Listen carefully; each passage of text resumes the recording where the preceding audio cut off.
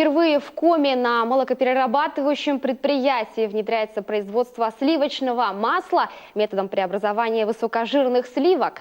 Линия полностью автоматизированная вплоть до упаковки. Причем сама технология – отечественное ноу-хау, оборудование с родины масла Вологда.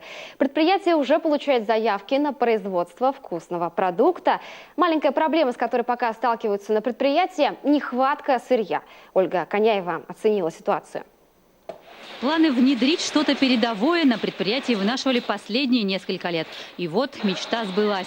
Таких линий в России единицы. Один человек работает за пультом управления, еще один отвечает за автоматическую мойку оборудования. Внутренняя очистка до идеального состояния – один из ключевых моментов производства безопасного продукта.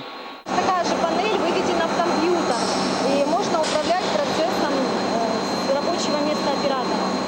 Уникальная линия по производству масла обошлась заводу в 24 миллиона. Для ее работы отбирают сырье с высокой термоустойчивостью. И, конечно, только натуральное. Сухого здесь не бывает.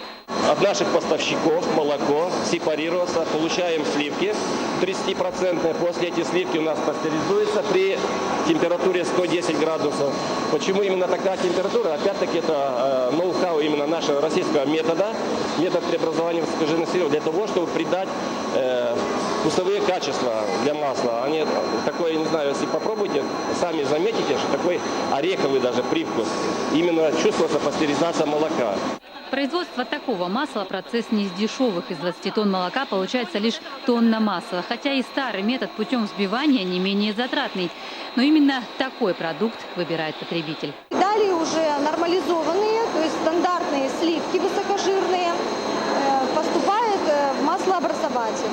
В маслообразователе идет быстрое охлаждение сливок и механическая обработка. Преимущество нового продукта не только в технологии производства, но и в упаковке.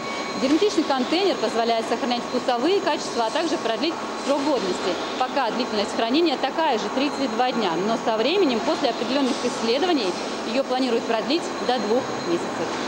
Сейчас только эта линия перерабатывает 1,5 тонны сырья в сутки, а возможности до 4. В целом завод производит больше 3 десятков наименований продукции, на что использует 30% всего произведенного в Коми молока.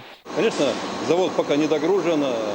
Способности завода перерабатывать в сутки смену 74 тонны молока. На сегодня перерабатываем мы здесь 38 тонн.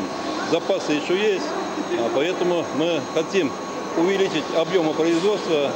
Для этого ведем модернизацию производства. Для этого мы присоединили к молочному заводу ряд сельхозпредприятий. Они за счетом данного предприятия получают инвестиции. И эти суммы, они не малые, я скажу. До конца года Министерство сельского хозяйства Коми закупит 1200 коров для сельхозпредприятий. А молочный завод уже строит планы по увеличению объемов производства. Ольга Коняева, Василий Янин, телеканал Юрган, Сыктывкар.